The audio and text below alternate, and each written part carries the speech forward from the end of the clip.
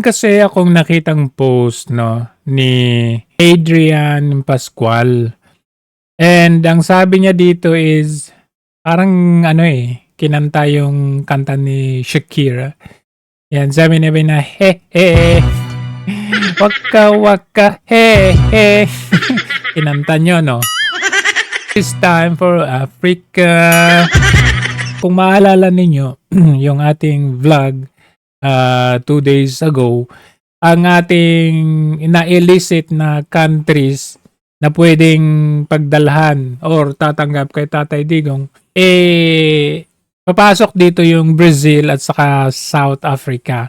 Bakit? Kasi nga, kino-consider ko kasi dito yung BRICS. Bakit natin kino-consider ang BRICS? Kasi dapat aligned ito doon sa ating, yung pagkasama ka na sa BRICS, most likely, in conform talaga lahat yung purpose or goal nung organization ninyo, 'di ba? Kasi yun nga na-form ang BRICS to serve political and diplomatic coordination among the countries.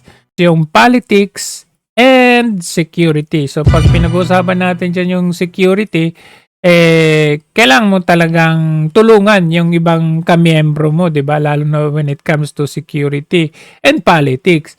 Ano pa, yung people to people or yung civil society. And of course, kasama na dyan yung economy and finance. So magtutulungan talaga yan.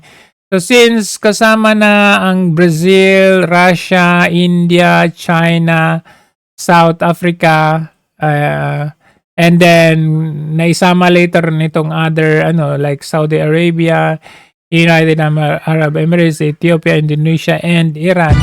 Ibig sabihin, pagkasama ka dito, ally ka, considered na ally. So since ang na-elicit natin ay Brazil at saka South Africa, kung itutugma natin dito sa post ni Adrian Pascual, mas malapit tayo doon sa South Africa. Ngayon, kung titignan natin, isa sa membro dito ay Indonesia. Bukod tangi yan, no? Kasi ang other Southeast Asian ay ayan, ito, mayroong Thailand at Malaysia. Pero partner countries pa lang sila, hindi po sila full member. But why did I mention that? Kasi kung titignan natin as Malaysia, very strategic yung kanilang dealings when it comes to their economy. Joining hindi lang G20 kundi pati yung BRICS. So kung titignan natin, pag i-compare natin ng Indonesia, Indonesia economy is significantly larger than the Philippines. Grabe, no? Roughly 3 times the size of the Philippines. So kung titingnan natin dito pa lang sa GDP, no, 1.37 trillion. Samantalang sa atin 437 billion lang. Times 3 kung tutuusin. So ibig sabihin talagang Tapos yung level nila, upper middle income nation na sila. Samantalang tayo, developing pa lang. Pero syempre hindi may may kakaila na historically ang Philippines ay mas higher ang ating capita income before. Pero Indonesia surpassed it because of their strategy.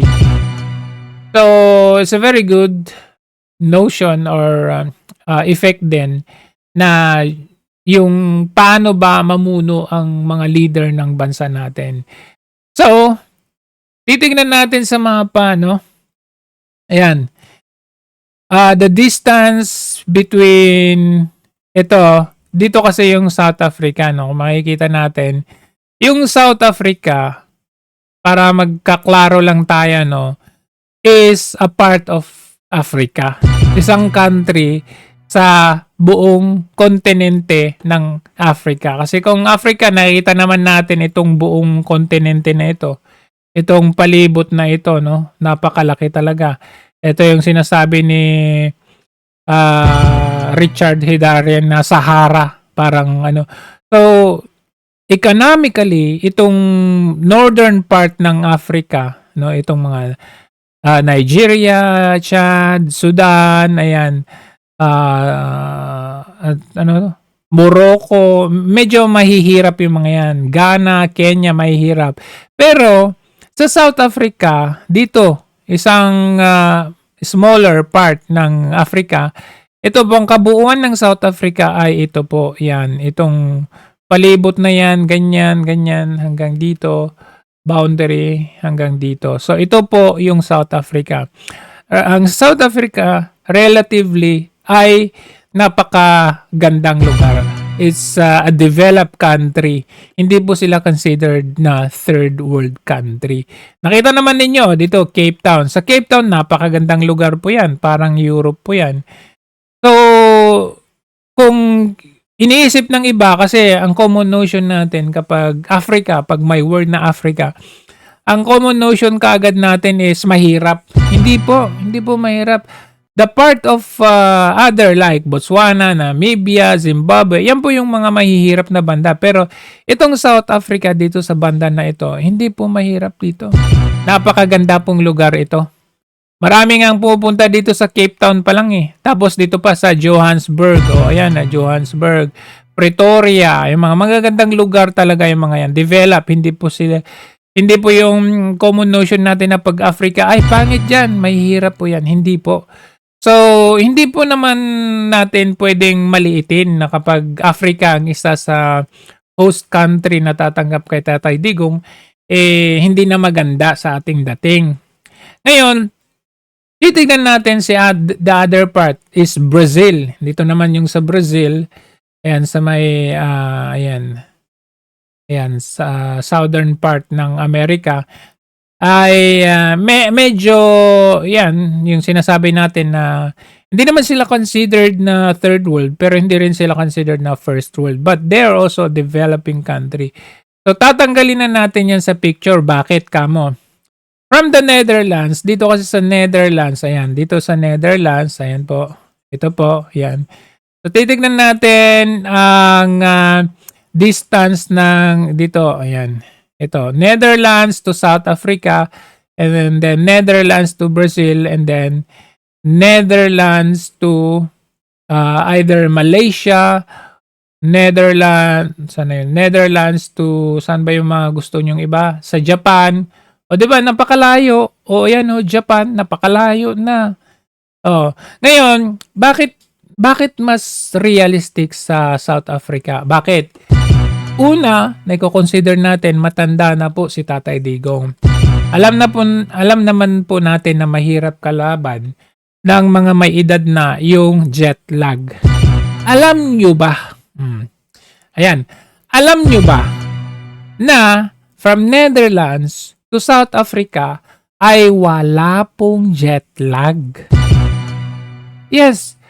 Kahit na sabihin na natin 11 hours of flight from the Netherlands. Ayan. From the Netherlands to South Africa, okay lang po yun kasi wala pong jet lag. From Netherlands to Brazil, may jet lag. Bakit? Ito kasi yung time zone natin eh. Ayan. So, from pag tumatakbong east to west yung ano natin, halimbawa ito east to west, itong ang lalakbayin natin, talagang magkakaroon ka ng jet lag kasi marami kang time zones na dadaanan. So from Netherlands to any part of Southeast Asia, meron jet lag. So Netherlands to Malaysia, to Japan, to China, to any part of Asian countries, Southeast Asian countries. Kung saan yung mang gusto sa Southeast Asia, ay meron pong jet lag. At mas mahaba po yan. From Netherlands to Philippines, for example, 15 hours. From Netherlands to Malaysia, 15 hours. Maybe 13 o ganun, 14. From Netherlands to South Africa is about 11 hours. And, advantage, wala po siyang jet lag. Opo, so yun pong kung i-list natin from Brazil to South Africa to Southeast Asia, very practical and very beneficial kay Tatay Digong yung South Africa kasi wala namang jet lag. And bakit kasi South Africa? Siyempre, miyembro ng BRICS, miyembro ng ICC. So, bakit kasi gusto natin sa South Africa? Kasi, as member ng BRICS, at least meron tayong ally. Yung may mga nagsasabi din na pwede ring Belgium kasi it's just next to the Netherlands. Okay rin yun. Kaya lang syempre, ano yan hindi sila member ng BRICS. Alam naman natin pag pwedeng, alam mo yung medyo, syempre ako, kung tayo, nasa kampo ka ng mga Duterte, titignan mo yung country, host country, na alam mo namang pwede mo magiging ally.